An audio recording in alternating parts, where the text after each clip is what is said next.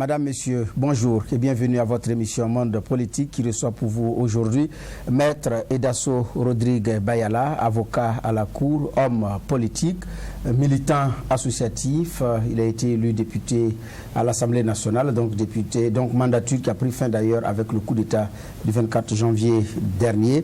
Aujourd'hui, nous sommes à l'émission Monde Politique avec lui. Ensemble, nous lui disons bonjour et bienvenue. Bonjour, Bernard Bouma. Merci d'avoir répondu présent à notre invitation. C'est votre toute première fois à cette émission Monde Politique.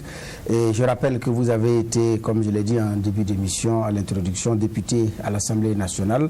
On vous a connu au niveau de l'IDL, donc cette association d'initiative d'aide au développement local qui a beaucoup contribué au développement local dans votre province d'origine, le Sanguier.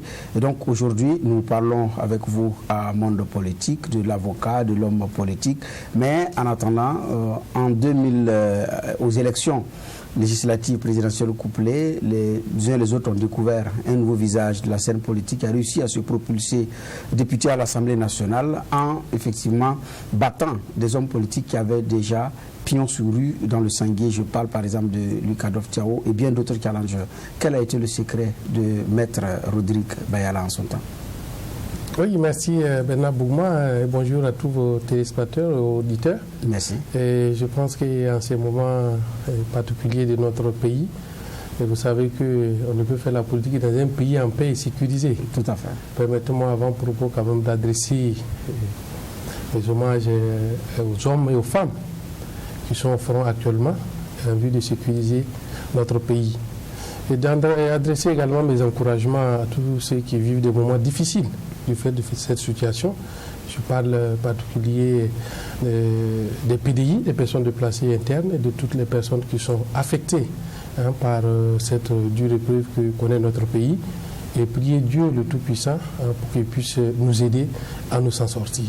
Vous savez que la politique se fait dans un pays un peu tranquillisé. Et quand tous ces événements se succèdent, vous savez, nous qui sommes sur le terrain politique sommes très inquiets. Et 2020, je peux dire que c'est un parcours du hasard. Lorsque je me suis retrouvé sur la liste des législatives, on venait juste de quitter le parti au pouvoir, l'MPP, un certain nombre de camarades et moi. On s'est posé la question de savoir que faire. Et bon, les élections étaient presque arrivées. Bon, il n'y avait pas le temps. Et j'avoue que nous avons quitté, si j'ai bonne mémoire, en mai 2020, mai-avril 2020. Les élections étaient déjà projetées pour novembre. Oui, tout à fait. Voilà, et il fallait se préparer. Bon, on a beaucoup hésité avant de s'engager. Bon, parler de secret, je ne dirais pas que c'était un secret, ça a été peut-être le résultat d'un effort collectif, d'une jeunesse engagée, et combattante, consciente de ce qu'elle voulait et qui a embarqué dans son projet politique à la base. Beaucoup d'autres jeunes, des aînés aussi, qui ont cru à l'espoir que nous avons suscité. C'est ça qui a donné le résultat. Et je l'ai toujours dit, ceux qui ont gagné et ceux qui n'ont pas été élus, méritaient amplement d'être désignés députés à l'Assemblée nationale. Mais bon, on avait 2 postes à pouvoir au Sanguier. Donc bien entendu, et nous avons eu la chance, et en fin de course, d'être désignés. Sinon, il n'y a pas de secret. Le secret, c'est le travail. C'est d'être proche des populations. C'est d'être sincère dans ce que vous dites quand vous êtes un homme politique. Voilà, vous voyez, quand vous partez brûler le poste de député, que vous promotez aux gens, vous allez réaliser des ponts, des écoles. Vous comprenez très bien que le monde n'est plus comme avant, où le politicien peut aller au village mentir et ça met du temps à se découvrir. Et aujourd'hui, pendant que vous êtes en train de mentir, les gens sont sur les Android et tout de suite, on sent que vous n'êtes pas à la hauteur de ce que vous êtes en train de dire et vous allez récolter le résultat qui est l'échec. Alors, vous dites que ça a été le fruit d'un hasard, alors que ce n'est pas ça. J'ai rappelé tout de suite que vous avez été secrétaire exécutif de l'IDL, l'initiative pour le développement, l'initiative d'aide au développement local. Vous avez beaucoup travaillé au niveau du Sanguier. Est-ce que ceci n'a pas contribué à vous révéler et à affiner en vous la carrière de l'homme politique? Est-ce que c'est réellement le travail, c'était la conséquence d'un hasard? Oui, vous pensez que c'est vrai que l'IDL a été un artisan de développement local qui nous a beaucoup approchés des populations, mais bien avant l'IDL. C'est-à-dire l'IDL était une forme qu'on a donnée à nos actions que nous menons depuis pratiquement 2010-2011. L'IDL a été créé beaucoup plus tard en 2017, si j'ai bonne mémoire. Donc c'est pour donner une forme associative à ce que nous faisons un peu du point de vue social et du développement local. Et avec IDL, et bien entendu, on s'est retrouvé beaucoup plus organisé, beaucoup plus outillé en termes de projets de développement. Et à partir du moment où vous avez un récépissé, vous pouvez approcher un certain nombre de partenaires au développement pour avoir des projets au profit des populations. Donc ça a pris une forme beaucoup plus grande, ce qui a fait que c'était beaucoup plus visible. Sinon, c'est des choses que nous réalisons pratiquement depuis les années 2010. C'est vrai, j'ai l'habitude de dire aux gens qui m'approchent, je dis l'association et le parti politique, en réalité, il n'y a pas d'antinomie. Seulement, la seule différence entre une association et le politique, c'est que le parti politique, effectivement, est créé pour la conquête et l'exercice du pouvoir. Ce que l'association ne fait pas. Mais les deux structures, que vous êtes dans le cadre d'une association ou que ce soit dans le cadre d'un parti politique, vous devez concourir au bien-être social. C'est-à-dire, l'objectif de votre structure doit être l'amélioration continue des conditions de vie des populations, de la communauté pour lesquelles vous vous engagez. L'association n'a pas un but lucratif, le parti politique également. Maintenant, le parti politique, là où l'associatif franchit le pas, c'est lorsqu'il commence à conquérir et à exercer le pouvoir d'État ou le pouvoir local. Là, on se trouve dans un domaine politique. Sinon, les deux doivent avoir normalement la même vision, savoir le développement. Donc l'un n'exclut pas l'autre. L'un n'exclut pas l'autre. C'est une frontière qu'il va avoir le courage de franchir tout simplement. D'accord, une frontière qu'il va avoir le courage de franchir tout simplement. Vous avez parlé également du discours qui doit être sincère quand vous vous adressez aux gens. Est-ce que la sincérité est une chose bien partagée en politique? Bien entendu, vous savez, ceux qui font cette erreur aujourd'hui et qui pensent qu'on peut continuer à mentir éternellement aux populations pour se faire élire, je pense qu'ils se trompent. Et ils sont en train de se rendre compte qu'ils se trompent parce que le niveau de conscientisation des populations a évolué. Ce qu'on appelle le seuil de compétence est en train d'être atteint, c'est-à-dire lorsque la proportion des populations qui comprennent les choses est plus importante que ceux qui ne comprennent pas, là vous atteignez le seuil de compétence. Donc nous sommes dans une société en perpétuelle évolution et aujourd'hui la communication, les médias, les réseaux sociaux, aujourd'hui, moi je dis qu'il n'y a plus de villageois, il y a des habitants au village. Alors tous ceux qui nous suivons en ville aujourd'hui sur nos téléphones, et les villageois aussi, suivent ça du village. Donc, ils sont au même niveau d'information que nous, de sorte que l'information erronée, la manipulation politique et politicienne à laquelle nous étions habitués voir les élections, ça s'est dépassé. Voilà, ceux qui ne vont pas aller à ce niveau de la manière de faire la politique, ils vont apprendre à l'aide des pains. Donc, vous n'avez pas dit, comment on appelle ça, aux électeurs pendant la campagne, je vais construire un pont, je vais construire une route? Je vais vous raconter une petite histoire. Okay. À la veille des élections, il y a un village d'où les gens sont venus me voir pour dire qu'il y avait un groupement de femmes qui souhaiteraient que je puisse leur faire la promesse d'un moulin. Et que, bon, ils savent que la veille, ça va être très difficile, mais je pourrais peut-être déposer quelques tôles pour faire la promesse. Et quand je serai élu, je vais venir avec le moulin. J'ai tout simplement répondu que je n'ai pas l'argent du moulin, je n'ai pas dans ma poche ici, je ne l'ai pas dans mon compte en banque. Mais je ne veux pas faire cette promesse-là, alors que je sais que je n'ai pas la capacité financière.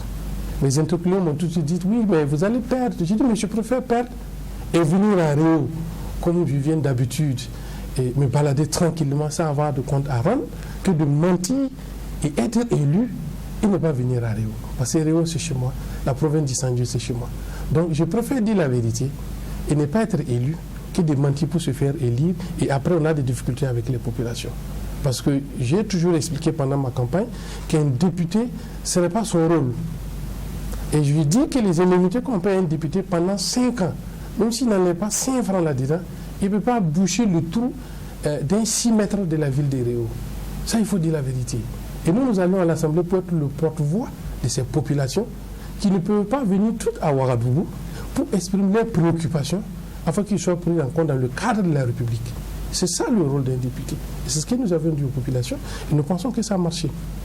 Donc, vous leur avez tenu ce discours de vérité. Comment est-ce que la délégation l'a accueilli? Je pense que aujourd'hui, j'étais à un atelier la semaine dernière à Koudougou, où je disais à quelqu'un que l'argent est rentré dans tous les secteurs de la vie de notre société. Aujourd'hui, vous cherchez un enfant dans le quartier pour envoyer. Si vous l'envoyez aujourd'hui, si vous ne l'avez pas dit de garder la monnaie, demain, si vous l'appelez, il fait semblant comme s'il n'a pas entendu. Donc, nous avons travaillé, la société burkinabé, nous avons travaillé à mettre l'argent au devant du tout. Et ça, ce n'est pas les politiciens seulement. Ce sont les électeurs également. Si vous créez un parti politique, Bernard, au Burkina, vous dites que vous appelez vos militants à venir cotiser pour financer les activités de votre parti, vous aurez les résultats aux élections. Donc, bien entendu, ma délégation n'était pas, et ma direction politique n'était pas totalement d'accord avec ce langage de vérité, en se disant, bon oui, si vous arrivez au village et que les gens vous disent que oui, ils veulent un barrage et tout ça, et vous prenez le micro, vous dites, oui, je ne peux pas faire un miracle, bon, vous démotivez nous qui sommes devant vous. Parce que nous, si on attend à ce que vous dites, c'est que les autres sont venus dire. Ils sont venus dire qu'ils vont réaliser un barrage, ils vont construire une école, vous dites que vous n'avez pas les moyens. Bon, ce n'est pas toujours, bien entendu, dans votre précarité. Tout porte à croire comme si ce discours démagogique, les électeurs se plaisent à l'écouter. Oui. Même quand ils sont presque sûrs que ça peut-être pas, ça ne va pas t'aider, puisque l'entourage vous encourage à aller dans le sens du mensonge, comme vous l'avez dit. Oui, mais il faut avoir le courage de le refuser, parce que comme je le dis aujourd'hui, la mentalité a évolué. Les gens ont accès aujourd'hui à l'information. Le Burkinabé d'aujourd'hui n'est plus le Burkinabé de 1972. Vous comprenez? Une information à Ouagadougou aujourd'hui atteint pratiquement tous les villages du Burkina la même nuit. Donc il faut se mettre d'abord, ça c'est le premier aspect. Le deuxième aspect, il faut faire la politique avec un minimum de moralité et de dignité. Voilà, parce que je pense que quand on brigue des postes politiques, ce n'est pas pour soi-même, c'est pour les populations, c'est pour les représenter. Et maintenant, si vous dites ce que vous ne pouvez pas faire et que vous savez que vous ne pouvez pas faire, qui ne lève d'ailleurs pas de votre rôle pour se faire élire, il va de soi que vous ne partez pas à l'Assemblée pour ces populations. Parce que si vous mettez dans votre agenda que vous allez les rencontrer au lendemain des élections, il y a des choses qu'il ne faut pas faire. Si vous prenez notre cas, lorsque nous avions été élus, nous avions repris notre bâton de pèlerin pour parcourir pratiquement tous les villages que nous avons parcourus pendant les campagnes pour dire aux populations, voilà, nous avons été désignés, nous sommes venus pour vous dire que nous allons pour faire ce pourquoi nous avions été désignés et nous demandons vos bénédictions et vos accompagnements. Vous imaginez si vous avez menti, est-ce que vous allez repartir encore vers ces populations? Donc c'est ça le vrai problème. Il faut un minimum de moralité, de dignité et d'intégrité.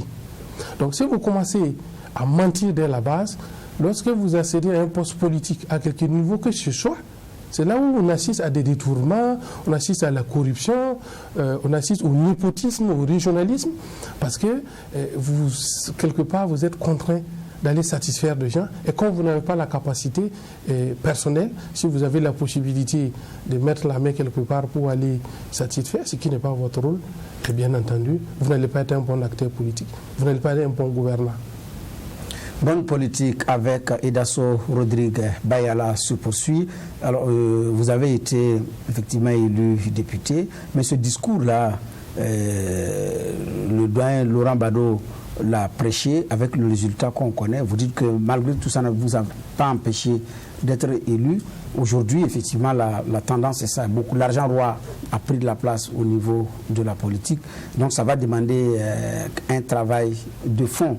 Alors vous étiez au MPP, de là-bas vous êtes allé au niveau de l'UNIR. Aujourd'hui vous avez changé de cap. Finalement vous avez déposé vos baluchons où maintenant? Nulle part. Vous voulez créer votre propre parti politique? Pour le moment, nous n'avons pas encore un tel projet, mais ce n'est pas exclu. Mais pourquoi est-ce que vous avez quitté l'UNIR? Puisque ça vous a tout de même réussi, cet engagement auprès de l'UNIR. Non, mais vous avez dit tout simplement qu'avant de venir à l'UNIR, j'avais quitté le MPP. Donc, vous comprendrez les types de personnalités que nous incarnons. Ça veut dire que nous évitons d'être dans des cercles fermés. Dans des cercles fermés, mais est-ce qu'en politique également on peut évoluer seul? Non, ce n'est pas évoluer seul, c'est-à-dire qu'on a un certain nombre de principes directeurs pour lesquels nous sommes intransigeants. Donc vos principes directeurs ont été ébranlés? Non, permettez-moi de ne pas revenir remuer le couteau dans la plaie, parce que s'agissant d'organisation politique, vous avez l'adhésion, elle est libre, la démission aussi. Donc c'est pour un certain nombre de raisons. Je crois que le moment qu'on a quitté le MPP, on avait évoqué un certain nombre de raisons sur lesquelles il ne faut pas revenir, parce que c'est le passé. Il faut voir l'avenir. Oui, c'est cet avenir que nous voulons savoir. Vous les déposez, vous l'entamez où? Dans un nouveau parti politique, ou bien dans un parti existant? Non, mais le moment venu, vous le saurez, puisque vous êtes nos partenaires, la presse. Vous saurez s'il y a quelque chose qui est préparé ou pas. Mais pour le moment, vous voyez la situation sécuritaire de notre pays. C'est la plus grande préoccupation de tout le monde. On ne peut faire de politique que dans des situations un peu stables. Voilà, c'est ça qui est notre principale préoccupation. Oui, mais après le coup d'État du 24 janvier, naturellement, il y a eu un redessinement de la carte politique. Il y a de nouveaux partis qui ont été créés et à l'appel. Alors, après, quand vous avez démissionné, on se pose la question, il part où? Il va au PPS, il va chez les démocrates, il va où? Il va où? Non, le moment viendra. Vous savez que ce n'est pas des décisions qu'on prend à la hâte. Il faut prendre le temps de mûrir et de savoir si même il faut continuer et comment continuer. Vous savez, aujourd'hui, le problème, ce n'est pas les partis politiques, ce n'est pas la création des partis politiques. Notre problème est plus profond que ça. Ah oui. C'est-à-dire le portrait robot que le peuple, le Burkinabé lambda, a de l'homme politique. Vous savez, quand on dit quand vous êtes en politique, Bernard Bougma, c'est comme si pratiquement c'était de l'injure au Burkina. C'est comme si celui qui est parti rentrer dans le milieu de la mafia, voilà, de ceux qui ne disent pas la vérité, de ceux qui ne tiennent pas promesses, et tout ce que vous voulez de celui qui est peut-être l'échec social et qui veut utiliser la politique pour avoir une ascendance. Vous voyez, c'est tout ce qui fait que les jeunes, si je peux dire, compétents, qui travaillent, qui gagnent leur vie, préfèrent s'éloigner de la politique. C'est ça. Si vous voulez créer un parti politique aujourd'hui, il y en a presque 200 à ce que j'ai entendu. Quelle est la plus-value que vous apportez sur la scène politique burkinabé? Qu'est-ce qui va faire que vous serez différent des autres partis qui existent, des autres hommes politiques qu'on a eu à connaître depuis nos indépendances? Je pense que la question, c'est ça. C'est la vraie question là comme ça. Sinon, c'est pour créer. On a des partis politiques qui ne peuvent même pas remplir les salons de militants, mais ils sont partis politiques. Ils attendent quand il y a des changements anticonstitutionnels, ils prennent les récépissés, ils plient en quatre, ils passent s'asseoir à l'Assemblée législative de transition. Est-ce que c'est cela un parti politique? Non. Un parti politique doit être un cadre organisé, animé par des hommes et des femmes de valeur, des patriotes qui présentent au peuple burkinabé un projet crédible, réalisable, mesurable et atteignable dans le temps. Ce n'est pas des démagogues. Bon, si le parti politique est conçu comme un instrument de clientélisme, comme je viens de prendre l'exemple tout de suite, ben, on peut créer un parti politique demain, vous et moi. Mais je ne crois pas que ce soit notre ambition. Notre ambition, c'est d'offrir à la jeune génération une autre manière de voir la chose politique. Le parti politique doit être un instrument d'éducation citoyenne. Le parti politique doit être un instrument de développement. Les partis politiques ne doivent pas exister que pendant seulement les élections où on prend, on mange, on danse, on revient, on recommence la même chose. Si c'est comme ça les partis politiques, ça ne vaut pas la peine de créer. D'accord. Alors vous êtes un jeune homme politique, vous êtes avocat, vous gagnez bien votre vie, vous êtes engagé en politique, alors que vous, effectivement, vous dites que quand on regarde la carte politique, c'est comme si s'engager en politique, c'était un crime. Donc il y a ce regard-là de la société qui n'est pas sain, qui n'est pas un regard, comment on appelle ça, approbateur. Et comment est-ce que vous faites avec tout ça? Ça veut dire que pour pouvoir le faire, il vous a fallu suffisamment de courage pour franchir le pas, tout de même. Vous savez que ce qui est mauvais de façon générale dans la vie, c'est comme des cas d'Ebola. Si vous prenez une population de 10 000 habitants, s'il y a un seul cas d'Ebola dans la population, c'est lui qui devient prédominant. Les 9 999 ne comptent plus. C'est le seul cas d'Ebola. Autrement pour dire que pour gâter, c'est facile. Tous les hommes politiques ne sont pas pareils. Mais comme, de façon générale, on se rend compte chaque jour qu'il y a des gens qui ne tiennent pas parole, ça se déteint peut-être sur toute la classe politique. Sinon, il y a des hommes politiques intègres qui sont engagés en politique pour l'intérêt général. Ce que je dirais à ces jeunes, et comme je le dis en tout début d'émission, il faut qu'ils s'engagent davantage sur le terrain politique pour qu'ensemble nous puissions changer l'image de l'homme politique burkinabé, pour que nous puissions ensemble changer le portrait robot de l'homme politique burkinabé, pour que dorénavant la population voit aux hommes politiques burkinabés des gens qui se sont engagés, pas parce qu'ils ne gagnent pas leur vie, des gens qui se sont engagés pas parce qu'ils ont des échecs sociaux, des gens qui se sont engagés pas parce qu'ils voient en la politique un instrument de marchandage pour vivre. Donc, si ceux qui s'engagent dans cet idéal, ils sont les plus nombreux, il est clair que nous allons changer l'image totalement de l'homme politique burkinabé et nous allons présenter une autre image que la population va commencer à croire. Ça se sent au niveau des élections. Les populations ne participent pas, il y a trop d'abstention. Pourquoi? Parce qu'ils ne croient plus. L'offre politique burkinabé est dans son ensemble périmé. C'est ça la réalité. Il faut qu'on ait le courage, nous, hommes politiques, de faire notre introspection et de savoir pourquoi les populations pensent ceci ou pensent cela de nous. Ça va nous amener nous-mêmes à redorer un peu notre blason et maintenant regrouper l'ensemble des populations dans nos projets de société. D'accord, mais vous, pour votre cas, quel a été le déclic pour franchir ce pas? Parce que ce n'est pas aussi simple. C'est vrai que j'ai été pendant longtemps associatif, syndical. D'ailleurs, au moment où je m'engageais en politique, j'étais encore le secrétaire général de mon syndicat. J'ai dû démissionner pour m'engager en politique. Nous sommes arrivés à la réflexion suivante. L'association, c'est bien. La lutte citoyenne, c'est bien. Syndicale, c'est bien.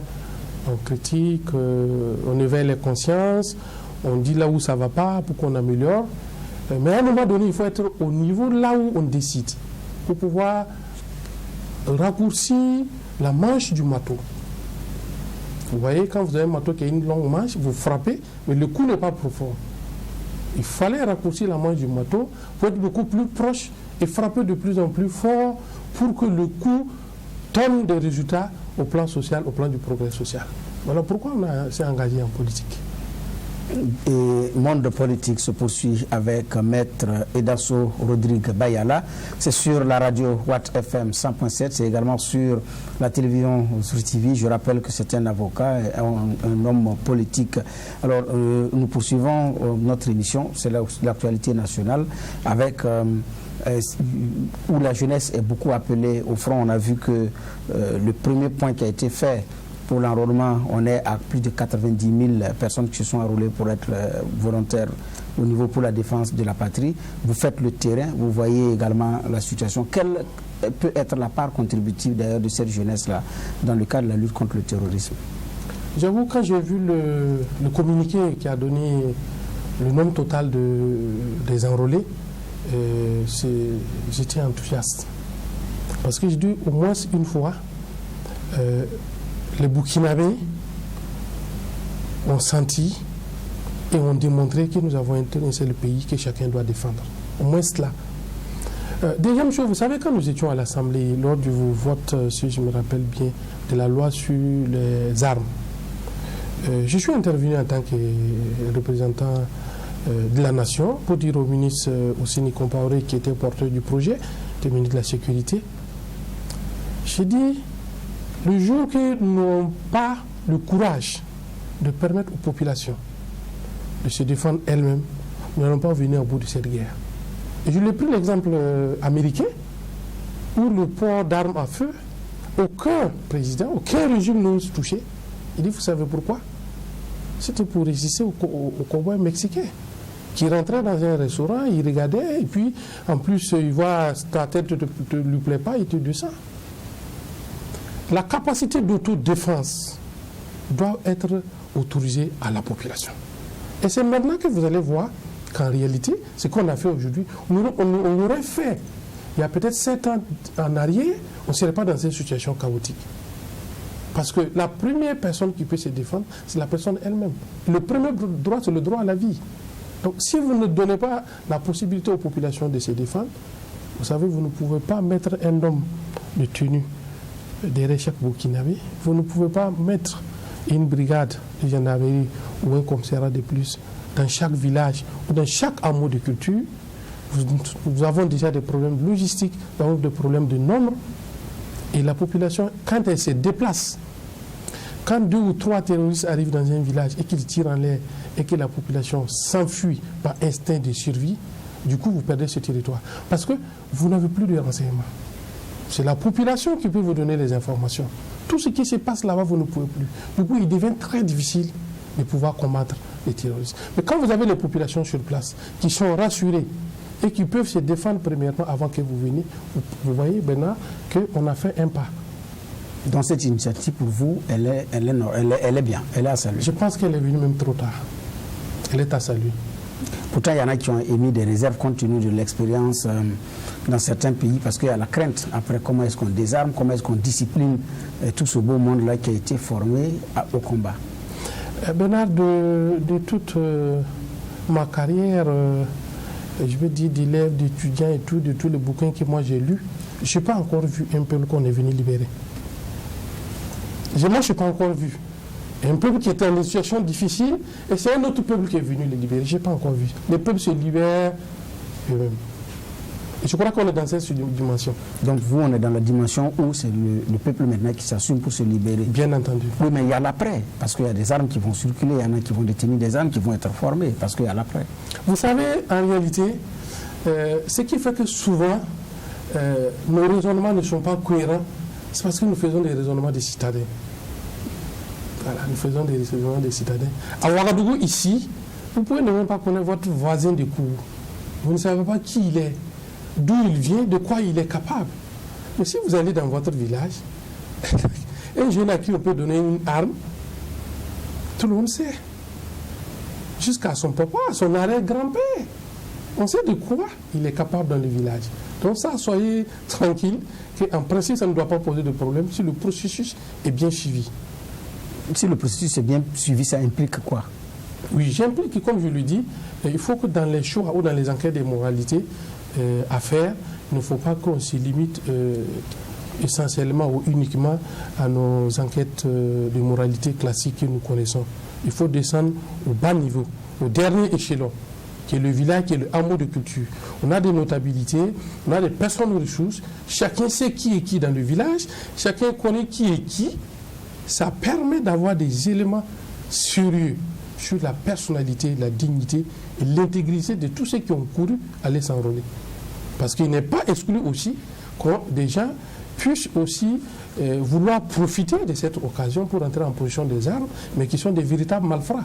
Mais si on descend et qu'on exploite les outils locaux de base, je pense qu'on va purger tout ça. Et même l'avant, même l'après, et l'après-guerre contre le terrorisme, comme vous le dites, ça va être faciliter le travail. D'accord. Alors, le nombre de 50 000, il est également prévu, selon les informations, qu'il y aura peut-être un autre rendez-vous d'enrôlement. Mais la question, est-ce que déjà 50 000, c'est suffisant à l'échelle nationale? Je pense que, pour moi, il faut continuer. Moi, chaque Burkinabé doit être capable de se défendre. Si nous sommes 20 millions, nous devons être 20 millions de combattants. C'est comme ça. Donc, c'est-à-dire militariser le Burkinabé. Il faut que nous envisageons dans les 20, 30 années à venir que tout Burkinabé soit un combattant.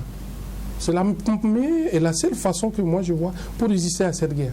C'est-à-dire qu'il doit pouvoir te débrouiller et te défendre en attendant. À ce rythme, le service militaire populaire obligatoire doit revenir. Si il faut revenir là-dessus, il faut le faire. C'est notre pays. Est-ce que vous pouvez travailler avoir un travail décent, avoir une vie heureuse dans un pays qui n'existe pas? Comme disait Norbert Zongo, personne n'a avenir dans un pays qui n'en a pas. Donc il faut d'abord que nous cherchions à construire l'avenir du pays. L'avenir du pays doit passer par nous tous. Est-ce que quand vous rencontrez la base, vous parlez de ces choses-là, de la nécessité de s'organiser pour se défendre? Bien entendu, vous savez que ces derniers moments, les gens ont fait quelques pubs et tout, en allant s'enrôler, tout ça, c'est bien. Quand c'est des délires d'opinion, ça peut inciter d'autres personnes effectivement à aller enrôler, mais c'est en train de prendre la ligne d'une comédie.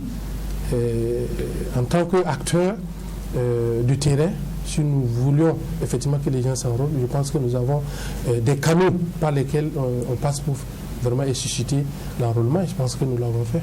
Alors, dans la première version de VDP, c'était 20 000 francs CFA par mois, et puis tous ceux qui se sont inscrits n'ont pas tous été formés, ce qui fait que vous pouvez avoir un quartier général de VDP, il y a quelques personnes qui ont été formées, et qui bénéficient, on n'avait pas aussi assez d'armes pour tout le quartier général. Conséquence, il y avait effectivement un problème logistique et de moyens pour pouvoir faire face aux charges, même le carburant. Alors, cette fois-ci, est-ce que vous êtes rassuré que ce goulot d'étranglement va être levé? Bon, je pense que si les autorités actuelles, comme on l'a dit, son excellence le président Ibé, lui-même il est venu du terrain, donc ce sont des réalités qu'il connaît très bien. Je me rappelle lors des assises, il y a un des VDP qui s'est levé dire que le capitaine il s'est coupé ensemble le pain en brousse. C'est un VDP, et donc je suppose qu'il est parfaitement au courant de la situation et que les mesures à prendre pour vraiment que cette brigade marche très bien, et il va pouvoir les prendre. Parce que le VDP, au départ, vous savez qu'aussi, à un moment donné, le rôle du VDP a été quelque peu dévoyé. Parce que le VDP, à l'origine, ne doit pas quitter son terroir. Oui, tout à fait. Donc ça veut dire que vous êtes dans un village, vous êtes recruté VDP dans un village, vous devez pouvoir de temps en temps aller à un certain nombre d'occupations habituelles pour pouvoir subvenir aux besoins de votre famille. Mais on a vu par la suite que les VDP ont été totalement embarqués dans la crise avec le fait du terrain qui faisait qu'ils étaient exclusivement consacrés à cette guerre, et là il fallait revoir aussi les moyens pour les mettre à l'aise. Pas à l'aise, pour les permettre en tout cas de faire le travail. Parce que ces gens qui sont engagés, ils ne sont pas venus pour des intérêts personnels. Quand quelqu'un s'est engagé, il sait qu'on peut le tuer, il donne sa vie pour son pays, vous savez, c'est le sacrifice suprême. Et cette personne-là doit être accompagnée, ne doit pas manquer de moyens de travail. Alors, dans le même temps, il y a l'initiative d'Accra qui fait grincer des dents. Que pensez-vous de cette initiative d'Accra qui a été créée en 2017, et c'est cette fois-ci que vraiment les choses s'activent? Vous savez qu'aujourd'hui, toute initiative qui peut nous permettre effectivement de sortir de cette situation est la bienvenue. Mais ce qui est constant, c'est que généralement, vous avez vu le sort du G5 Sahel. Au jour d'aujourd'hui, si on nous dit de faire le bilan aux pays membres de faire le bilan du G5 Sahel, qu'est-ce que ça a été? Les gens ont entendu les résultats concrets sur le terrain qu'ils n'ont pas vu venir. Donc, nous souhaiterons que cette initiative-là ne soit pas exactement le petit frère, la petite sœur de celle qui est moribonde, qui est sur le terrain, qui n'a pas apporté de résultats. Oui, mais ici, il y a une opinion qui est vraiment opposée à l'envoi de troupes étrangères au niveau de Burkina Faso. Finalement, au niveau du sommet, ils disent que les forces vont être positionnées à Tamale, de l'autre côté du Ghana, alors que vous avez dit, c'est vrai qu'aucun peuple n'est allé libérer un peuple, mais on a parfois besoin d'un coup de pouce ou d'un coup de main. Est-ce qu'il faut rejeter toute cette offre-là? Je voudrais qu'on se comprenne sur ce point. Okay. Quand je dis qu'un peuple ne libère pas un autre, et c'est le peuple qui se libère lui-même. Quand le peuple décide de se libérer, c'est à lui de définir les moyens d'action pour se libérer. Et dans les moyens d'action, aucun peuple ne peut vivre en autarcie. Même les pays les plus puissants du monde sont obligés d'être en relation avec certains autres pays. Parce que quelquefois, il y a des États beaucoup plus faibles pour avoir ce qu'ils n'ont pas chez eux. Voilà, des Burkinabés peuvent aller aujourd'hui étudier dans n'importe quel pays du monde, même en Chine, avoir la connaissance nécessaire pour revenir défendre leur pays. Donc, ce n'est pas dire que toute aide, lorsque vous êtes en train de vous libérer, que quelqu'un vient pour vous aider, et ce n'est pas bien. Non, mais ça doit commencer par vous. Voilà, ça doit commencer par vous. Il faut qu'on se comprenne dans ça. Ça ne veut pas dire qu'il faut rendre toute coopération avec tout État. Non, nous devons aller dans la coopération en sachant ce que nous voulons, en sachant ce que nous n'allons pas accepter. Mais il ne s'agit pas d'aller dans une coopération où on vous impose ce que même juste ce que même vous ne voulez pas. C'est ça la réalité en fait. Il y a une opinion qui n'est pas d'accord que comment on appelle ça, des pays étrangers de notre espace, comme ceux de la communauté de l'Union européenne, puissent intervenir, ne serait-ce qu'apporter un centime pour cette initiative. Est-ce que vous partagez cet avis-là? Moi, je pense que je n'ai pas pu avoir les tenants et les aboutissants de cette critique, comme je le dis. Il faut savoir, à un moment donné, qu'est-ce qu'on veut. Si vous levez ici, aujourd'hui, vous dites que vous partez à Bobo. Votre destination, c'est Bobo ou vous voulez aller à Bobo? Si vous allez à moto et que quelqu'un vous rencontre un peu vers Tita, et vous dites, moi je suis à voiture, je vais vous demander à Bobo, je vais vous déposer à Bobo, vous pouvez suivre parce que votre destination c'est Bobo. Mais si vous faites de la bagarre avec lui, vous voulez souffrir sur la route dans le vent, ça c'est votre problème. Maintenant, si vous allez à Bobo, votre objectif c'est Bobo, quelqu'un vient avec sa voiture, mais aussi luxueuse soit-elle, il va vous dépanner, mais à condition que vous preniez la direction de Fada. En ce moment, c'est à vous d'accepter ou de ne pas accepter. Parce que votre direction, ce n'est pas, et votre objectif, ce n'est pas Fada. C'est ce que nos États doivent savoir aujourd'hui dans les relations internationales. Il n'y a pas, comme on le dit en science, il n'y a pas de communauté internationale parce qu'il n'y a pas de communauté d'intérêt. Chacun est dans un jeu où il pense pouvoir gagner quelque chose. Donc tant que nous n'a pas su qu'est-ce que nous voulons, qu'est-ce que nous devons gagner, les refus tout catégoriques et autres, ça n'amène à rien. Parce que de toute façon, il y en a des gens de bonne foi. Et de toute façon, nous sommes obligés de coopérer. Voilà. Nous ne pouvons pas vivre en autarcie. Mais c'est de savoir où sont nos intérêts. Et quelles sont les stratégies que nous devons mettre en place pour protéger nos intérêts. C'est tout. Dans le même temps, il y a cette jeunesse qui est dans la rue, qui demande le départ de la France et qui dit à la Russie de venir. Qu'en pensez-vous? Vous savez, j'ai suivi les débats souvent sur les réseaux sociaux. C'est un débat dans lequel je ne m'aventure pas beaucoup. Parce que, comme je viens de le dire, il nous appartient, nous, Africains, peuple africain, burkinabé en particulier, de savoir quel est notre problème au niveau de notre développement. Comment nous allons définir une sorte de charte de développement économique et social. À partir de là, qui va naître la volonté que nous devrons avancer et que nous devrons atteindre tel stade en telle année. À partir de là-bas, comme je l'ai dit tout à l'heure, quand nous allons définir les objectifs spécifiques et nous allons définir les outils, les moyens d'action pour les atteindre, à partir de là-bas que nous allons savoir quel est le partenaire qu'il nous faut pour atteindre ces objectifs. Voilà. Si c'est celui qui fabrique des vélos qui peut venir nous aider, nous allons signer nos accords de coopération avec celui qui fabrique les vélos, parce que nous avons besoin de vélos. Et s'il y a deux qui fabriquent des vélos, nous allons payer sur celui qui nous paye, chez qui il y a la qualité et qui est le moins cher. C'est ça la coopération internationale. Si nous venons dire aujourd'hui, nous voulons tel partenaire et non tel autre, sans que nous puissions définir de manière cohérente quels sont nos objectifs à atteindre avec ce partenaire-là, c'est un peu risquant. Voilà. C'est vrai qu'aujourd'hui, ce qui amène les gens effectivement à aller dans ce sens, c'est qu'ils attendent des résultats. Ils attendent des résultats concrets de l'engagement des forces françaises sur l'ensemble des territoires du Sahel, qu'ils n'ont pas vu venir et qu'ils disent qu'ils n'ont pas vu. Donc, c'est un sentiment légitime. Voilà. Quand vous dites à quelqu'un que vous avez le médicament de sa maladie et que vous l'administrez le médicament et qu'il constate depuis 3 jours que la maladie ne s'améliore pas et que ça va de mal en pis, souffrez qu'il doute de votre médicament et qu'il doute de votre sincérité. Souffrez qu'il doute. Même si vous êtes sincère et que vous lui avez donné le médicament et que cette fois-ci ça n'a pas marché, mais tant qu'il n'y a pas de résultat, eh bien écoutez, c'est légitime. Qu'on pense que effectivement les résultats n'ont pas été atteints et que pour cela il faut, vous savez quand sinon on peut s'accrocher même à un serpent. C'est vrai que sur cette question de la France, les autorités burkinabées ont réagi, mais que ce soit l'Union européenne et la France, elles demandent beaucoup plus de réactivité de la part des forces burkinabées, des forces de défense et de sécurité burkinabées par rapport à ce qui est donné de voir comme violence au niveau des enclaves diplomatiques, de leur représentation diplomatique. J'estime que la réaction de Burkinabé n'est pas à la hauteur de ce qui est donné de voir. Bon, vous savez qu'en matière de sécurité, c'est l'obligation pour l'État résident de prendre les mesures pour assurer la sécurité des biens des personnes qui sont sur son territoire.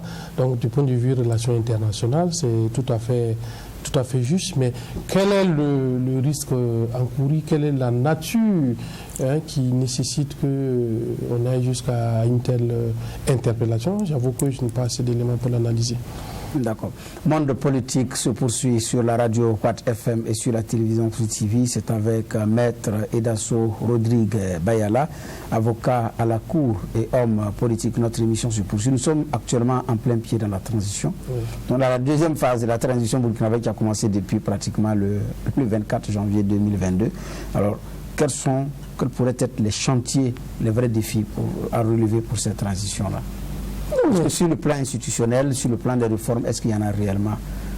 C'est vrai qu'il y a la guerre, ça on sait, il y a la question sécuritaire, mais au-delà aussi de la question sécuritaire, il faut préparer les leviers du développement. Oui, comme disait quelqu'un, j'ai déjà expliqué ça ici. Maintenant, vous savez que la transition, comme son nom le dit, c'est vraiment la transition. C'est une période transitoire dans l'attente de quelque chose. Et quand une transition vient, on l'a vu en 2015, le premier objectif de la transition, c'était d'organiser les élections. Parce qu'en matière de politique publique, il est difficile à un pouvoir de transition de pouvoir prendre des mesures et de voir les résultats en 1 à 2 ans. Et ça va être très difficile. Peut-être c'est les autorités qui viendront après. À ce moment, les résultats vont commencer à tomber. Donc, c'est pourquoi les transitions ont généralement des objectifs spécifiques à court terme. Parce que vous ne pouvez pas aller au-delà du délai qu'on vous a accordé et vous ne pouvez pas faire de politique, concevoir de politique publique qui puisse avoir les effets dans ce temps. Et sur cette transition qui a commencé, vous savez qu'ils l'ont déjà dit, les autorités de la transition. Le premier problème, c'est la sécurité. Oui, mais quand on écoute le Premier ministre, ce n'est pas que ça. C'est pratiquement tout un chantier de développement qui est en train de déployer. Est-ce que le temps et les moyens pourront le permettre dans les mois qui restent? Je doute fort. Je l'ai suivi lors de sa déclaration de politique générale à l'Assemblée législative de transition. Je vois que c'est une profession de bonne foi. On sent la volonté, on sent l'envie d'aller de l'avant, mais je doute fort que le temps puisse permettre réellement aux autorités de la transition de pouvoir réaliser tout ce qu'elles ont prévu de faire. Là, c'est une question de temps. Voilà. Quand on regarde également la composition de l'ALT, de l'Assemblée législative de transition, les politiques sont moins comment on appelle ça, sont moins représentés. Alors que le Parlement, c'est aussi le haut lieu du débat politique. Parce que vider ce milieu-là du débat politique, vider le politique de ces lieux, est-ce que c'est une bonne option en soi? Moi, je trouve que c'est une mauvaise option. Pas parce que je suis politique. Mais je trouve que ce que la transition prépare, c'est pour que le politique prenne la relève juste après la transition. Tout à fait. Donc, s'ils ne sont pas associés à la prise de ces décisions, dont l'exécution va se trouver en partie après transition, vous allez avoir une remise en cause permanente et ça ne va pas nous faire avancer. Ça, c'est le premier sujet. Le deuxième élément, vous savez, Bernard Boukman, on a présenté l'homme politique comme celui qui, s'il est quelque part, rien ne marche. Voilà. Donc, s'il y a eu la transition, la philosophie, c'est de dire tout de suite, c'est le chef du politique. Donc, il faut le mettre de côté, peut-être qu'on va faire avec et on verra. Mais c'est une très mauvaise option parce qu'en même temps, c'est le politique qui a une base sociale. C'est le politique qui a une base sociale. Si vous prenez certaines ONC qui tournent autour de Roroko, dont tout leur militantisme ou leur militants se résume à une conférence de presse, dont certains les méritent de participer à une marche interdite, ils n'ont pas de base sociale. Voilà. Il y en a qui sont vraiment des OEC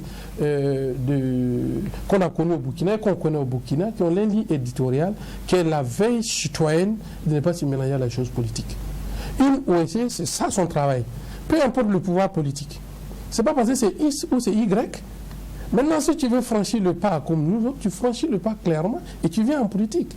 On avait déjoué le fait d'aller s'inféoder à la politique et à la transition. On a vu le coup qu'ils ont pris. Parce que ce n'est pas leur travail. On doit assurer la veille citoyenne. On ne doit pas être juge et parti. Voilà là où on a raté un peu. Mais je pense que cette fois-ci, par rapport à la LT précédente, le nombre de députés représentant les partis politiques a quand même augmenté. Hein. Oui, parce qu'on est allé de 2 pour l'ancienne majorité et 2 pour l'ancienne opposition à 4-4. Vous voyez quand même qu'il y a eu un effort de ce côté. Mais ça fait 12, alors qu'il y a des entités qui ont 16. Alors que les entités politiques, on leur donne 12, alors que ceux qui ne sont pas politiques, on leur donne par exemple 16. Ça crée quand même un déséquilibre parce que, c'est comme vous l'avez dit, je l'ai dit, c'est le lieu du débat politique. Mais ceux qui vont venir mettre en pratique, en application, qui va être décidé, c'est l'homme politique. Parce qu'en 2015, on a commis l'erreur d'avoir voté certaines lois qui, à l'arrivée, on peut appliquer jusqu'à présent. Et qu'il faut réformer certaines choses, certaines lois qui avaient été prises. C'est pourquoi j'insiste. C'est vrai que le quota a été augmenté cette fois-ci, mais est-ce que c'est un nombre dont il faut s'en réjouir? C'est toujours insuffisant hein, en termes de normes et en termes de compétences. Il aurait fallu peut-être le revoir. Mais ce qui est constant, je vous dis, la vision, c'est de dire que l'homme politique est mauvais. Oui, et ça... Voilà. Donc, s'il est mauvais, il ne faut pas le prendre en grande quantité. Si vous prenez ce qui est mauvais en grande quantité, ça risque d'utiliser ce qui est bien. Est-ce qu'on ne se trompe pas, puisque après les élections, on n'aura que des hommes politiques pour appliquer ça aussi. Mais justement, voilà pourquoi nous sommes dans un perpétuel recommencement. Et comme je le dis, il va falloir qu'un jour, nous puissions avoir une charte de développement économique et social dans nos pays. C'est-à-dire, le programme, quand vous êtes un candidat présidentiel, ou bien vous êtes un candidat élu, un président élu, votre programme doit s'inspirer de là où on s'est arrêté pour avancer. On ne va pas être dans un perpétuel recommencement. Voilà. Oui, effectivement, l'autre, comme on appelle ça, l'autre facette du Burkinabé, c'est de présenter l'homme politique comme un paria, comme l'homme qui est à la base de tous les échecs au niveau du Burkina Faso et tout. Comment est-ce que vous vivez ces choses-là? J'avoue que souvent c'est sur les réseaux sociaux hein, qu'on voit ça. Sinon, quand on se croise dans la vie réelle, ceux qui font la politique, ceux qui ne font pas la politique, comme on dit, chacun connaît son prochain. Il sait quel est le type d'activité qu'il exerce, et de quoi il est capable, quelle est sa sociabilité. Voilà. Donc je pense quelquefois que ce dénigrement vient souvent de nous-mêmes hommes politiques. Ah oui. Voilà, ça vient souvent de l'homme politique parce que c'est mon adversaire. Voilà, je trouve que je n'ai pas pu le combattre au niveau de l'offre politique. Je n'ai pas pu le battre au niveau des idées. Voilà, je rentre dans la calomnie. Voilà, je rentre dans la calomnie et puis je trouve des gens pour faire ce travail. Et c'est pourquoi je dis la scène politique burkinabé a besoin d'être exorcisée. La scène politique burkinabé a besoin d'être renouvelée. Le portrait robot de l'homme politique burkinabé a besoin d'être changé avec de nouveaux engagements. On a besoin de trouver une harmonie entre la classe politique et le peuple. Et ça va venir de l'offre politique. C'est vrai qu'il y a la responsabilité des acteurs politiques, c'est-à-dire ceux qui sont dans les partis politiques, ce qu'on appelle les politiciens, mais il y a la responsabilité aussi du peuple. Parce que quelquefois, ce qu'on appelle le peuple, c'est eux les électeurs. Et le comportement des politiciens, si vous voyez, suit la réaction de ces électeurs-là. Parce que si les électeurs burkinabés décident aujourd'hui que l'argent n'est plus le facteur d'éligibilité des candidats, ils peuvent le faire. Vous allez venir déverser votre argent, mais vous n'allez pas être élu. Parce que tout simplement, les gens ont décidé que ça sera comme ça. Et ça, c'est la réaction de la société. Mais quand vous regardez, quand on a pris les partis en termes de corruption électorale, quand on l'a classé, si vous classez les résultats, vous allez voir que les résultats suivent l'ordre dans lequel on a classé les partis politiques là aussi. Donc ça veut dire quoi? Ça veut dire que la corruption électorale et ces manières-là, c'est une sorte d'entente entre les politiques et les électeurs. Donc c'est la société dans son ensemble qui souffre de sa moralité. Alors partant de là et de votre expérience, est-ce que vous êtes d'accord pour le plafonnement des dépenses de la campagne, comme certaines organisations de la société civile réclament? Moi je pense qu'il faut supprimer les campagnes. Les campagnes électorales? Oui. Mais comment on fait pour une élection? Voilà, chacun sort, il a un autre canal pour passer son message, ou bien comme tout le monde sait lire, il fait sortir son projet de société, on le connaît. C'est réaliste. Je vous prends les élections locales. Honnêtement, les élections locales, oui. On sait déjà qui vous êtes. Vous voulez être conseiller dans un village. Votre campagne, là, ce n'est pas le jour, ce n'est pas les 14 jours qu'on donne là. Votre campagne, là, c'est passé il y a 2 ou 3 ans. Ou 4 ans, parce que les gens vous connaissent. En termes d'engagement pour l'intérêt général. De ce que vous pouvez faire pour le village. Et de votre intégrité. Ça se sent tous les jours. C'est la même chose pour les élections législatives. Pourquoi on demande à chaque candidat de repartir dans sa province d'origine se présenter? Nous pouvons tous nous présenter à Ouagadougou, nous pouvons tous nous présenter sur une liste nationale. Mais si on vous dit de repartir dans votre province, c'est pour que les gens sachent qui vous êtes. En termes d'intégrité, en termes d'apport au développement de la province. Ça, c'est hors votre engagement politique. Parce que, comme dit, il faut que vous soyez digne de vous commander soi-même pour prétendre commander les autres, pour paraphraser Laurent Gbagbo. Donc si dans la société, votre comportement ne vous donne pas cette dignité de vous commander vous-même, vous ne pouvez pas prétendre commander les gens. Oui, mais en attendant, il y a... Maintenant, pour les présidentielles, oui. On peut à la limite, comme c'est national, les candidats auront à se déplacer dans les provinces, peut-être pour expliquer les projets des sociétés. Sinon, moi, je suis qu'il faut qu'on réfléchisse suffisamment sur le système. Même si on ne va pas supprimer les élections, et du moins la campagne, qu'on puisse le revoir. Parce que c'est l'un des facteurs qui fait que la démocratie électorale, généralement, ne nous permet pas de faire une bonne gouvernance. La démocratie électorale. Parce que qu'est-ce qui se passe dans la démocratie électorale? Quand il y a les élections, vous avez des gens qui ont les fiefs, après qui sont dans votre parti, vous prenez le pouvoir, il faut les caser parce qu'ils ont des fiefs électoraux, vous pensez déjà à la prochaine élection, ils font du n'importe quoi, ils sont corrompus, vous êtes obligé de les manager parce que ce sont de grands électeurs et vous pensez à la prochaine élection. C'est l'une des défaillances de la démocratie électorale, après le pouvoir économique et financier. Oui, mais dans ces conditions-là, j'ai dit, à supposer qu'on maintienne les campagnes, est-ce qu'il faut plafonner les dépenses? Bien entendu, il faut les plafonner. Il faut les plafonner. Il faut les plafonner pour permettre au minimum que ce qui doit être utilisé, c'est pour aller exposer son offre politique. Que ce ne soit plus le clientélisme. Quand je dis le clientélisme, c'est-à-dire on a entendu quelque part, parfois, moi j'ai lu le rapport de RNLA, on arrive à des achats de cartes d'électeurs et autres. Ça, il faut... C'est parce que ce n'est pas plafonné qu'on en arrive à ça. Oui, une chose est de plafonner, mais une autre chose est également de pouvoir contrôler les sources du financement des partis politiques.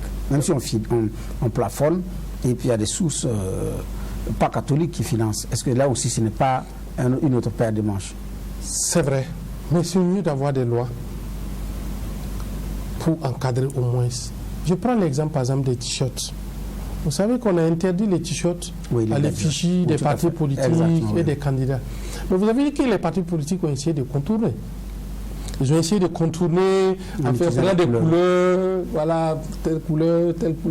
Vous voyez, ça a été un contournement. Mais en même temps, l'objectif n'a pas été atteint à 100%, mais il a quand même été atteint. Parce qu'aujourd'hui, vous voyez des t-shirts que les gens portent dans les villages, mais vous ne savez pas, ça ne renvoie pas systématiquement à la politique. Vous voyez, peut-être qu'il faudrait maintenant, avec cette réaction, descendre encore, pour descendre aussi l'utilisation massive des couleurs, quand on sent que ostensiblement, c'est destiné à la campagne. Vous voyez? Donc on peut plafonner. Comme nous sommes dans un système qui n'est pas entièrement bancarisé, la traçabilité du circuit de l'argent va être difficilement maîtrisable. Ça, c'est vrai. Voilà, j'ai un cousin qui vient me donner telle somme en espèces la nuit dans un sac pour financer ma campagne. Ben écoutez, vous ne pouvez pas saisir ça parce qu'il n'y a pas de traçabilité. Il n'y a pas de traçabilité. Et après, tout ce que vous dépensez, il n'y a pas de reçu, il n'y a pas de facture. Comment on va tracer ça? Ça va être une réalité, mais il vaut mieux commencer et puis voir l'évolution. Alors, dernière question sur cette affaire, c'est au niveau local, c'est parce que le temps est terminé. Au niveau local, les uns et les autres demandent l'élection du maire au suffrage universel direct plutôt que de passer par le collège des conseillers comme c'est actuellement. Est-ce que vous êtes du même avis avec l'expérience que vous avez eue sur le terrain? Nous étions les coups d'État de janvier. Nous avions, quand nous étions à l'Assemblée, pris l'initiative de travailler sur une proposition de loi qui devrait aller dans le sens du suffrage direct de l'élection du maire. Donc c'était très bien. Pour donner, oui, c'est une très bonne chose pour permettre au maire d'être tranquille, qui permet au conseil municipal d'être stable et d'éviter surtout la corruption électorale au moment de l'élection du maire, tout en respectant la souveraineté populaire. Parce que qu'est-ce qui se passe, Bernard Bois? Les conseillers sont élus et à leur tour élisent le maire. Mais vous avez un parti qui arrive, qui est majoritaire, mais qui perd les élections du maire. Vous ne pouvez pas expliquer ça. Ouais.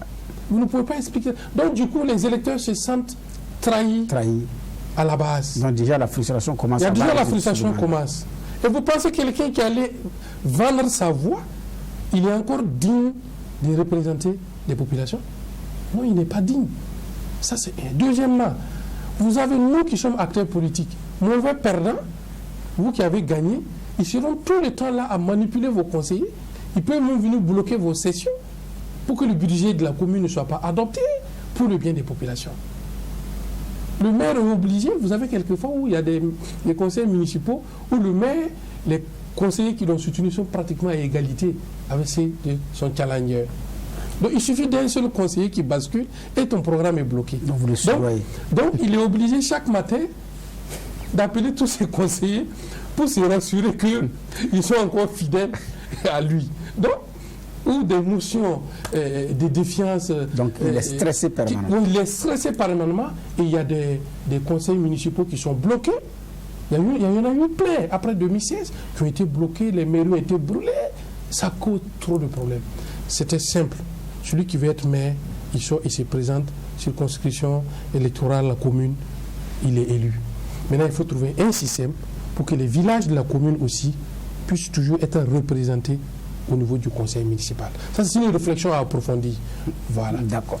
Et c'est sur l'approfondissement d'ailleurs de cette réflexion que nous allons vous dire merci d'être venu parce que le temps est terminé. Okay. Merci. Les portes de cette émission vont être toujours ouvertes. Madame, Monsieur, c'est la fin de cette émission. Nous vous disons merci, vous qui l'avez suivi. Merci à toute l'équipe de réalisation de la radio et de la télévision. Nous vous disons au revoir et bien des choses chez vous. Et rendez-vous le week-end prochain pour un autre numéro de votre émission Monde Politique. Au revoir.